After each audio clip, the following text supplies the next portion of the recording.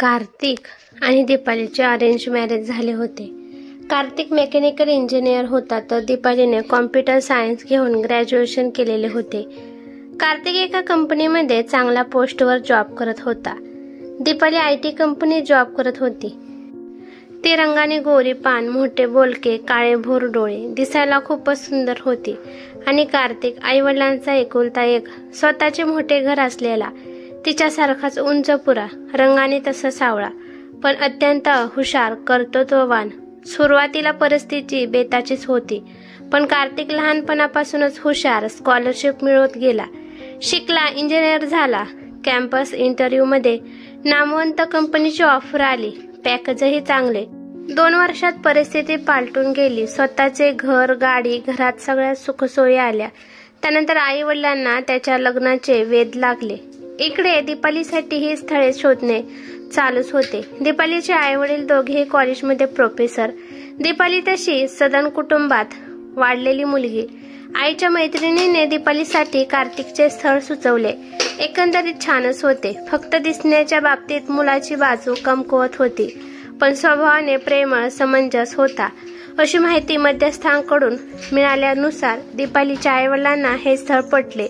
लेकीलाही समजावले, सगळं छान आहे आणि दिसण्याचं म्हणशील तर मुलाचं कर्तव्य बघावं, संसार करायला चांगली नोकरी, मुलाचे शिक्षण, चांगला स्वभाव, एकमेकांना समजून घेणे महत्वाचे. दिसणे ही गोष्ट दुय्यम असते. ती देखील आई वडिलांच्या शब्दाबाहेर नव्हती. बघण्याचा कार्यक्रम झाला, पसंती झाली, लग्न झाले. लग्नानंतरचे सत्यनारायण, गोंधळ, कुलदैवतेचे दर्शन सगळे पार पडले. राजा राणीच्या संसारात आपली अडगळ कशाला म्हणून कार्तिकचे आईवडील गावी निघून गेले. नव दाम्पत्य शिमल्याला हनीमूनला जाऊन आले. दोघांचे नेहमीचे रुटीन चालू झाले.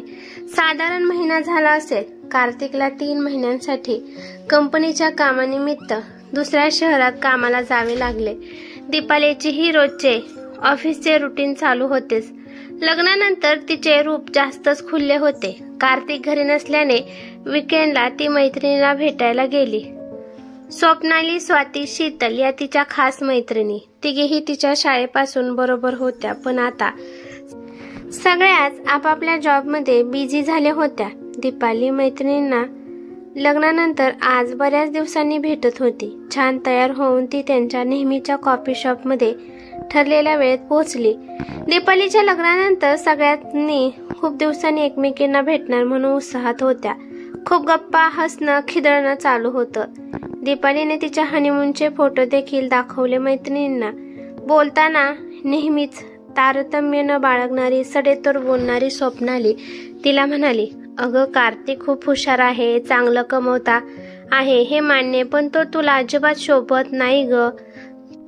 तू एखाद्या मॉडेल सारखी दिसणारी, अन तो तुझ्या पुढे अगदीच काहीतरी वाटतो ग. त्यावर दीपाली तिला म्हणाली, अगं तेवढीच एक बाजू सोडली तर सगळं छान आहे ग. मला सम गोष्टी महत्वाच्या असतात. त्यावर शीतल म्हणाली, पण रोमॅन्स करायला हँडसम दिसणारा, रुबाबदार पर्सनॅलिटीचा मुलगा आपल्या डोळ्यासमोर असतो ना, कळायला लागल्यापासून आपण राजकुमाराचे स्वप्न बघतो तसं. त्यावर स्वाती म्हणाली, सोडा ग, आता झाले तिचं लग्न. त्यावर तो विषय तिथेच थांबला. त्या दिवशी 4 जणींनी खाणं पिणं धमाल केली आणि परत लवकरच भेटू असं ठरवून आपापल्या घरी परतल्या. कॅबमधून घरी परतताना दीपालीच्या डोक्यात स्वप्नालीने कार्तिकच्या दिसण्यावर केलेल्या कमेंटचा किडा अस्वस्थ करू लागला. आपण घाई केली का लग्न करताना? आई वडिलांच्या म्हणण्यावर विश्वास ठेवून लग्न केले खरं, पण आपला स्वप्नातला राजकुमार आणि कार्तिक यांच्यात काहीच साम्य नाही. ती कार्तिकचे फोटो परत परत पाहत राहिली आणि तिला तो दिसण्यात खूपच खराब वाटायला लागला. ती स्वतःची आणि त्याची तुलना करू लागली. त्याच विचारात ती घरी पोहोचली अन झोपून गेली. सकाळी उठून आवरून ऑफिसला पोहोचली. ऑफिसमध्येही तोच विचार तिच्या डोक्यात घोळत होता. उगाच आपण घाईने कार्तिकशी लग्न केले असे देखील वाटायला लागले. त्या दिवसानंतर कार्तिकचा तिला फोन आला तर ती त्याच्याशी तुटक बोलत होती. कधी कधी फोन घेणे टाळायला लागले. त्याच दरम्यान हँडसम दिसणारा, रुबाबदार पर्सनॅलिटीच्या नवीन बॉसची ऑफिसमध्ये एंट्री झाली. नवीन बॉस विक्रम परदेशातून नुकताच इंडियात आला होता. त्याने सगळ्यांशी इंट्रो करून घेतला. ऑफिसमधले सगळे या हिरोसारख्या विक्रमला पाहून अवाक झाले होते. तर दीपालीशी इंट्रो करून घेताना विक्रम तिच्या मोठ्या टपोऱ्या डोळ्यात 2 मिनिट हरवल्यासारखा झाला. पण लगेचच तो सावरला. हळूहळू तो ऑफिसमध्ये स्थिरावला. पहिल्याच भेटीत दीपाली त्याच्या नजरेत भरली होती. त्यानंतर तो तिला बरेच दिवस ऑब्झर्व करत होता. रोज काही ना काही कारणास्तव तो दीपालीला केबिनमध्ये बोलवू लागला. त्याच्या प्रोजेक्ट ग्रुपमध्ये तिला लीड देऊ लागला, ज्या निमित्ताने तो तिच्या सहवासात जास्त काळ राहू लागला. ती नुसतीच दिसायला सुंदर नाही तर कामातही खूप हुशार आहे. मीटिंगच्या ठिकाणी पण तो तिला घेऊन जात होता.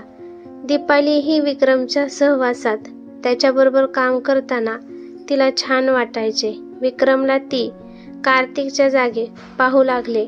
नकळत विक्रममध्ये गुंतत गेली.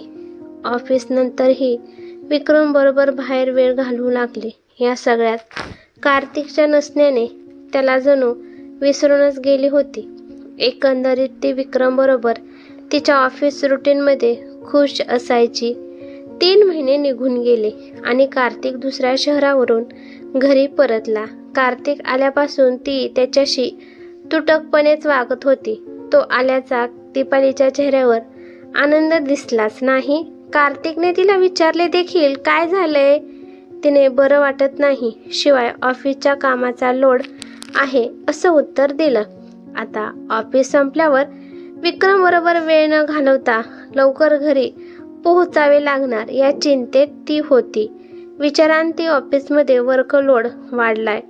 नवीन प्रोजेक्ट मी सांभाळते असं सांगून ती घरी उशिरा यायला लागली. तब्येत बरी नाही, ऑफिसच्या कामाने थकून गेले अशी कारणे सांगून ती कार्तिकपासून रात्री देखील दूर राहू लागली. कार्तिक मुळातच समंजस शांत स्वभावाचा. त्यानुसार त्याने दीपालीवर खरंच प्रोजेक्टची जबाबदारी असल्याने कामाचा ताण असेल म्हणून त्याने तिला समजून घेतले. उलट घर कामात तिला होईल ती तो मदत करत होता. तिला आनंद वाटेल असंच वातावरण घरात ठेवत होता. कार्तिक कितीही चांगला वागला तरी विक्रमबद्दल वाटणारी ओढ ती थांबवू शकत नव्हती. ऑफिस कॉन्फरन्सच्या निमित्ताने दीपालीचे विक्रम बरोबर बाहेर गावी जाणे नित्याचेच झाले होते. कार्तिकची कुठलीही अटकाठी बंधन नसल्याने ती एकंदर मजेत जगत होती. विक्रमवरती खूप प्रेम करत होती. विक्रमला ती मॅरिड असल्याचे माहीत असून देखील काही फरक पडत नव्हता. बाहेर गावी गेल्यावर रोज पण दोघं एकच रूम शेअर करत होते. विक्रमच्या प्रेमात ती आंधळी झाली होती. कार्तिक साध्या स्वभावाचा फायदाच घेत होती जणू. असे गेले वर्ष भर चाललेले होते. एक दिवस संध्याकाळी ऑफिसमधून आल्यावर दीपाली तापाने फणफणली होती. आल्याबरोबर सोफ्यावर तिने अंग टाकून दिले. कार्तिक तिच्या आधीच घरी पोहोचला होता. तिला असे बघून तो काळजीत पडला. तिचे अंग चांगलेच तापलेले होते. त्याने लगेचच त्यांच्या फॅमिली डॉक्टरांना फोन करून बोलावले. डॉक्टर येऊन चेक करून गेले. औषधे लिहून दिली. कार्तिकने घाईने जाऊन औषधे आणली, तिला दिली. रात्रभर सारखा मधून उठत तिचा ताप चेक करत होता. सकाळी ताप उतरलेला होता पण खूप अशक्तपणा वाटत होता दीपालीला.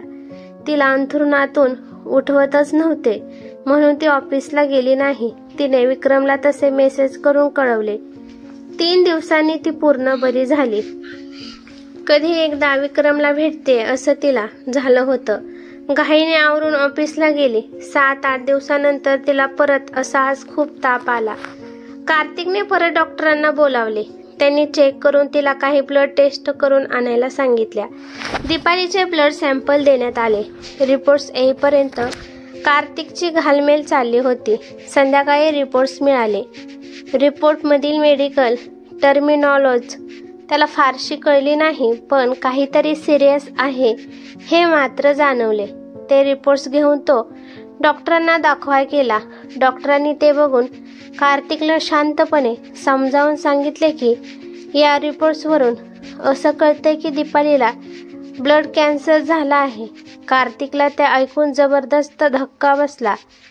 डॉक्टरांनी त्याला धीर दिला. आपण अजून 1 सेकंड ओपिनियन घेऊ असे म्हणाले. कार्तिक खूप टेन्स झाला होता, पण घरी आल्यावर त्याने दीपालीला इतक्यात काही कळाय नको म्हणून चेहऱ्यावर खोटे भाव आणले. तिला त्याने सांगितले अजून काही ब्लड टेस्ट करून घ्यायला सांगितले आहेत, त्या उद्या करून घेऊ आणि अजून आठवडाभर तुला आरामच करायला सांगितलं आहे. आठवडाभर विक्रमला भेटता येणार नाही या विचाराने ती जरा अस्वस्थ झाली. दुसऱ्या दिवशी सेकंड ओपिनियन साठी ब्लड टेस्ट केल्या गेल्या. रिपोर्ट सेमच आले. ब्लड कॅन्सरचे कन्फर्म झाले. 2 दिवस आराम झाल्यावर दीपालीला बरे वाटत होते. तापही उतरला होता. सकाळी उठून ती ऑफिसला जायची तयारी करू लागली. कार्तिकने तिला ऑफिसला जाऊ नकोस, तू पूर्णपणे बरी झाली नाहीस असे समजावले, पण तिने त्याचे काही ऐकले नाही. ती त्याला न जुमानता ऑफिसला गेली. पोहोचल्याबरोबर विक्रमच्या केबिनमध्ये जाऊन त्याला घट्ट मिठी मारून भेटली. तुझ्यापासून आता लांब राहणं मला नाही सहन होत, त्याला म्हणाले. लवकर काहीतरी निर्णय घ्यायला हवा. ओके, मी विचार करतो. काय करता येईल? विक्रम तिला म्हणाला. तिला ऑफिसमध्ये विकनेस जाणवत होता. परत ताप आल्यासारखे जाणवत होते. विक्रम मीटिंगमध्ये बिझी होता. त्याला न सांगताच ती कॅबने घरी आली आणि झोपून गेली. कार्तिकने घरी आल्यावर तिला झोपलेले बघितले. ताप होताच गाडी काढून तो तिला हॉस्पिटलमध्ये घेऊन गेला. डॉक्टरांनी तिला ऍडमिट करून घेतले. तिच्यावर ट्रीटमेंट चालू झाली. रोज ब्लड काउंट मॉनिटर केले जात होते. केमोथेरपी झाली. 8 दिवसांनी डिस्चार्ज मिळाला. कार्तिकने घरी आल्यावर तिला तिच्या आईवडिलांना बोलवून घेतले. शांतपणे त्याने सगळ्यांना दीपालीला ब्लड कॅन्सर झाला आहे ते सांगितले. डॉक्टरांनी सांगितलेच होते की दीपालीपासून खरं लपवून चालणार नाही. काय आहे त्या सत्याला तिनेही सामोरे गेलेच पाहिजे. दीपाली ते सगळं ऐकून शॉक झाली. कार्तिकने तिला धीर दिला. घाबरायचं कारण नाही. रिसेंटली खूप रिसर्च झाले आहेत. ब्लड कॅन्सर पूर्णपणे बरा होतो. मी सगळी माहिती गोळा केली आहे. आपण US ला जाऊन ट्रीटमेंट घेऊ. केमोथेरपी, अँटीबायोटिक्स या सगळ्याने 8 दिवसात दीपालीचे रंग, रूप पालटले होते. तिच्या चेहऱ्यावरचे तेज नाहीसे झाले होते. थोडे बरे वाटतंय म्हणून ती ऑफिसला निघाली. कार्तिकने परत तिला अडवायचा प्रयत्न केला.